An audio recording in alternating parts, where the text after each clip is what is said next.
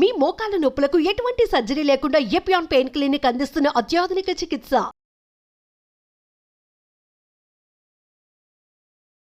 నమస్తే, welcome to Suman TV. Hydrated liver cyst అంటే ఏమిటి? అసలు లివర్లో ఈ సిస్టులు ఏ రకంగా మనం కనిపెట్టాల్సిన అవసరం ఉంటుంది? ఎన్ని సంవత్సరాలకి ఇవి డెవలప్ అవుతాయి? ఇవేమన్నా ప్రమాదకరమా? వీటికి ఎలాంటి చికిత్సా విధానం అందుబాటులో ఉంది? ఇవి ఎలా వస్తాయి? ఈ విషయాలన్నీ కూడా తెలియజేసేందుకు మనతో పాటు ఉన్నారు consultant surgical gastroenterologist doctor Lakshmikant గారు, star hospital, Banjara Hills. Hello sir. నమస్తే అండి. సార్, హైడ్రేటెడ్ లివర్ సిస్టమ్, సో ఇది యాక్చువల్లీ ఏ కారణం చేత వస్తుంది? కంప్లీట్గా లివర్ అంతా కూడా ఈ సిస్ట్లో ఆక్యుపై చేస్తాయా? ఎలా వస్తాయి? ముఖ్యంగా ఏంటంటే మనం అంటే చిన్నతనంలో పెట్స్ ఉంటాయి, కుక్కలతో ఆడుతూ ఉంటారు, అది వెరీ కామన్. కానీ ఆ కుక్కలు మనం టచ్ చేసేటప్పుడు మోషన్ వెళ్ళి దాని జుట్టు మీద అట్లా ఉండిపోతే అది చేతుల్లో తీసుకొని సరిగ్గా క్లీన్ చేసుకొని తిన్నప్పుడు మన బాడీలో మెల్లగా వెళ్ళిపోయి ఏదైనా మనం తిన్నప్పుడు అది లివర్ ఫస్ట్ ఫిల్టర్ అనమాట. లివర్లో వెళ్ళి అట్లా ఆగిపోతాయి అనమాట. సో ఆ లివర్లో అది నిదానంగా పెరుగుతాయి. అక్కడ ప్రాబ్లం ఎక్కడ వస్తుందంటే ఆ సిస్ట్ చూస్తే అది మామూలుగా అంటే సింపుల్ సిస్ట్ కానీ ఒక క్యాన్సర్ గడ్లా కనపడుతూ ఉంటుంది. సో అది ఎందుకు వచ్చిందో ఎవరికి తెలియదు, ఎందుకంటే అది ఏమి సిమ్టమ్స్ లేకుండా ఉండిపోతే అది చాలా పెద్దగా అయినప్పుడే కనపడుతూ ఉంటుంది. ఎందుకంటే అవి కొన్నిసార్లు పెద్దగా అయిపోయి లివర్లో ఉండి ఆ లివర్లో నుంచి పగిలి మన బయలు వచ్చే దాంట్లో పడతాయి, అప్పుడు జాండీస్తో వస్తారనమాట. సో ఆ సిస్ట్ ఉన్నంతప్పుడు నొప్పి కానీ ఈ జాండీస్ కానీ ఏంట్రా అని నార్మల్ అల్ట్రాసౌండ్ చూసిన ఒక సిస్ట్ కనపడుతూ ఉంటుంది. సో అది మనం హిస్టరీ కనుక్కుంటూ అది చెప్తూ చిన్నతనంలో అంటే ఎన్ని సంవత్సరాల వరకు అది పెద్దది అవ్వడం, పగలడం, ఈ ప్రాసెస్ అంతా ఎన్ని ఇయర్స్ పడుతుంది? అంటే some times as much as 10 to 20 years కూడా పడుతుంది, బికాస్ నిదానంగా పెరుగుతూ ఉంటుంది. అందుకని అది నార్మల్గా మన బాడీ కూడా దాన్ని మనల్ని కాపాడాలని దాన్ని చుట్టూ కూడా సిస్ట్ లాగా అయిపోతుంది అనమాట. కొన్నిసార్లు క్యాల్సిఫై కూడా అయిపోతుంది, అంటే మన బాడీ నుంచి డిస్కనెక్ట్ చేయడానికి. కొన్నిసార్లు క్యాల్సిఫై అయిపోయేటప్పుడు కొన్ని చిన్న సిస్ట్ ఆటోమేటిక్గా డెడ్ అయిపోతాయి. మన body will try to protect us. So చాలాసార్లు ఇది అక్కడే ఉన్నప్పుడు మనకు ప్రాబ్లం లేదు, కానీ డాటర్ సిస్ట్ అంటారు అనమాట. డాటర్ సిస్ట్ అంటే ఆ సిస్ట్లో చిన్న సిస్ట్లు ఇంకా పెరుగుతూ ఉంటాయి. సో ఆ పెరుగుతూ ఉన్నప్పుడు ఏమవుతుంది, మన బాడీ దాని చుట్టూ ఒక ఆర్టిఫిషియల్ లేయర్ క్రియేట్ చేస్తూ ఉంటుంది, కానీ ఇది లోపల మాత్రం పెరుగుతూ ఉంటుంది. సో అది నిదానంగా పెరగటం వల్ల సిమ్టమ్స్ ఉండవు, అది చాలా పెద్దగా అయిన తర్వాత ప్రజెంట్ చేస్తూ ఉంటారు అనమాట. అన్ఫార్చునేట్గా ఎక్కడన్నా అది పెరగచ్చు మన బాడీ ఎక్కడైనా. లివర్ మీద కొంచెం కొద్దిపాటి కొవ్వు పేరుకుపోయినా కూడా మనకు సిమ్టమ్స్ తెలుస్తూ ఉంటుంది. అలాంటిది ఇంత పెద్ద సిస్ట్ పేరుకుపోతూ ఉంటే ఎలా తెలియకుండా ఉంటుంది? అంటే బేసిక్గా ఏంటంటే మన body will develop its own pathway, spread కాకుండా ట్రై చేస్తూ ఉంటుంది. నిదానంగా పెరగటం వల్ల తెలియదు. కొంతమంది ఏంటంటే సిస్ట్ పగిలిపోయి ఎమర్జెన్సీగా వస్తుంటారు. అలాంటప్పుడు ఏంటంటే ఈ సిస్ట్ పగలటం వల్ల హోల్ బాడీ స్ప్రెడ్ అయిపోయి దీంతో ఒక పెద్ద ప్రాబ్లం ఏంటంటే ఎక్కడ కాంటాక్ట్ వస్తుందో పుట్టగొడుగులాగా మళ్ళీ వచ్చేస్తాయి అవి. ఇది కూడా వన్ కైండ్ ఆఫ్ మనకి క్యాన్సర్ లాగా లేదు, అసలు క్యాన్సర్ లాగా మనం చెప్పు, it's benign disease.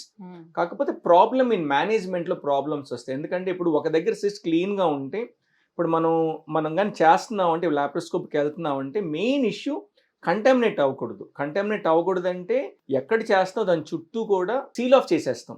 Hypertonic saline అంటే అదంతా సిస్ట్ చంపేస్తుంది కాబట్టి, అదేవిధంగా క్లోరెక్సిడిన్ అవన్నీ పెట్టి కవరప్ చేసేసి ప్రొటెక్ట్ చేసి కంటామినేషన్ లేకుండా చేస్తాం.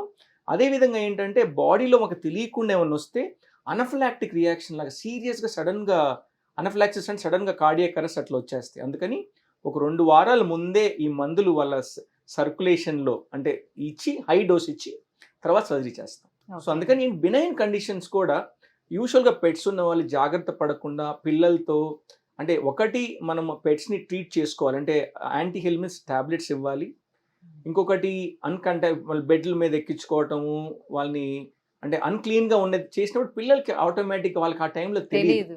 సో అందుకని వాళ్ళకి ఇవ్వాలి, పిల్లలకి ఆ యాంటీ హెల్మెట్ డోసెస్ ఇస్తూ ఉంటే అవి అంటే ఎర్లీగా అంటే అది డెవలప్ అవ్వకుండా కంటామినేషన్ అవ్వకుండా పిల్లల్ని పెట్స్ రెండింటిని ప్రొటెక్ట్ చేయడానికి ఆస్కారం. లేకపోతే అవి లివర్ సిస్ట్ దానికి సర్జికల్ రిమూవల్ అయిన తర్వాత కొత్తగా రాకుండా ఉండడానికి కొన్ని రోజులు మెడిసిన్స్ ఇవ్వటం ఇవన్నీ కూడా. అంటే ఓన్లీ జాండీస్ వస్తే గానీ లేకపోతే అది ఎమర్జెన్సీ పగిలిపోయి ఎమర్జెన్సీ అయితే కానీ ఆ పరిస్థితిలో తప్పితే గానీ ముందు లేదండి. అంటే నార్మల్గా ఈ రోజుల్లో అల్ట్రాసౌండ్ సర్వసాధారణంగా చేస్తున్నారు కాబట్టి కడుపు నొప్పి అన్నప్పుడు చేయగానే ఒక సిస్ట్ ఉంది అంటే ఆ సిస్ట్ని మనం బ్లడ్ టెస్ట్ ద్వారా అంటే దాని యాంటీజెన్స్ మన బాడీలో ఉందా అని కానీ తెలుసుకొని ఇమీడియట్గా ట్రీట్మెంట్ స్టార్ట్ చేసి తీసేసేయాలి. ఓన్లీ థింగ్ కంటామినేషన్ అవ్వకూడదు. అంటే దాన్ని ఎక్కడుందో అక్కడ నీట్గా తీసేసి, అంటే కంటామినేషన్ అవ్వకుండా ప్రీ ఆపరేటివ్గా మెడిసిన్స్ ఇచ్చి ఎక్కడ కంటామినేట్ అవ్వకుండా చేసినప్పుడు ఎలాంటి ప్రాబ్లం లేకుండా చేసేసేయచ్చు. కానీ ప్రివెన్షన్ ఈజ్ వెరీ ఇంపార్టెంట్ అని ఇలా కూడా జరగచ్చు అని తెలుసుకోవాలి. చిన్నతనంలోనే పిల్లల్ని పెట్స్తో ఆడేటప్పుడు వాళ్ళని క్లెన్లీనెస్ మెయింటైన్ చేయాలి. ఆ డాగ్స్కి మనం ట్రీట్మెంట్ ఇప్పించాలి. పెంచుకుంటే సరిపోదు, మనకు ఎట్లా అవసరమో దానికి కూడా దాన్ని ట్రీట్ చేస్తే మనం సేఫ్. ఫస్ట్ పెట్స్ని ట్రీట్ చేసేసి పెట్స్కి వాడి కరెక్ట్ అయిన వైద్యం, వాళ్ళ డాక్టర్ తీసుకొచ్చి మెడిసిన్స్ యాంటీ హెల్మెంట్స్ ఇస్తున్నాం అనుకోండి, అది పెరగవు. అండ్ వాటి ఇంటెస్టైన్స్ కిందకి వెళ్ళిపోయినాయి అనుకోండి, అవి పేగుల్లో ఉండనప్పుడు దే ఆర్ సేఫ్. మనం ఎట్లా కంటామినేటెడ్ ఫుడ్ ఈ రోజుల్లో ఎక్కడ పడితే అక్కడ, అంటే పోర్క్ కానీ అవన్నీ ఎవరు తింటలేదు. అదేవిధంగా మటన్ అవన్నీ కూడా క్లీన్గానే తీసుకుంటున్నారు. అండ్ మన అడ్వాంటేజ్, మనం అన్నిటిని కుక్ చేస్తాం, చాలా బాయిల్ చేస్తాం. అందుకని అంతవరకు కంటామినేషన్ అది. మెయిన్గా ఏంటంటే ఆ క్లెన్లీనెస్, పిల్లలు కుక్కతో స్పెండ్ చేసే టైం అవన్నీ కూడా మన జాగ్రత్తగా ఉండాలి. చేతులు వాష్ చేసుకోవాలి.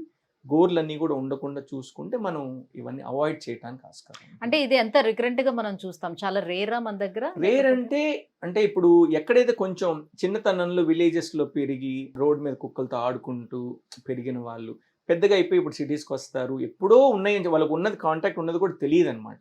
మనం హిస్టరీ అడిగినప్పుడు అవునండి నేను చిన్నతనంలో అలా ఉండేది అని చెప్తారు. సో ఒకటి ఇలాంటివి ఉంటాయి. ఇలాంటిది అంటే వచ్చిన లివర్లో అన్ని ప్రతి సిస్టు క్యాన్సర్స్ కాదు, ప్రతి సిస్టు భయంకరమైనది కాదు. ఇలా బినైన్ సిస్ట్ కూడా అది క్యాన్సర్ లాగా ప్రవర్తిస్తాయి. కాకపోతే దాన్ని మనం సేఫ్గా ట్రీట్ చేస్తే, బినైన్గా ట్రీట్ చేసి కంప్లీట్గా నివారించడానికి ఛాన్స్ ఉంటుంది. సర్జరీ విధానంలో కూడా ఎట్లా సర్జరీ చేస్తారు? లేజర్ ట్రీట్మెంట్ ఏమైనా దానికి అవైలబుల్ ఉందా? అన్ని లాప్రోస్కోపిక్ గానీ లివర్లో లోకలైజ్ చేసేసి కంటామినేట్ అవ్వకుండా లాప్రోస్కోపిక్ కానీ మనకు స్పెషల్ ట్రోకార్స్ ఉంటాయి. ఏం చేస్తున్న ట్రోకార్లో ఆ ట్రోకార్ ఇంజెక్ట్ చేసేసి ఎక్కడ స్పిల్ కాకుండా ట్రోకారే అదే సక్ చేసి అదే సక్ ఇరిగేషన్ చేసి ఎక్కడ కంటామినేట్ అవ్వకుండా స్పెషల్ ట్రోకార్స్ ఉన్నాయి. ఆ ట్రోకార్స్ పెట్టి కంటామినేట్ అవ్వకుండా చేస్తాం లాప్రోస్కోపిక్ అలా. అంటే అప్పటికే ఇంకా పగిలిపోయే ఎమర్జెన్సీలో వస్తే అది స్ప్రెడ్ అయితే ఏం చేస్తారు? అలాంటప్పుడు ఇంకా లాప్రోటమీ చేసి నీట్గా క్లీన్ చేసేసుకొని మళ్ళీ రాకుండా జాగ్రత్తలు తీసుకోవాలి. మెయిన్గా రావటం అనేది పేషెంట్స్ కూడా ప్రాబ్లమాటిక్ కాబట్టి ముందలే, అంటే ఇప్పుడు ఎమర్జెన్సీ వచ్చి మనం ఏం చేయాలి, ఆల్రెడీ కంటామినేషన్ అయిపోయింది కాబట్టి క్లీన్ చేసేసేసి దానికి పోస్ట్ ఆపరేటివ్గా ఈ యాంటీ హెల్మెంట్ ట్రీట్మెంట్స్ ఎక్కువ రోల్ ఇస్తాం అనమాట.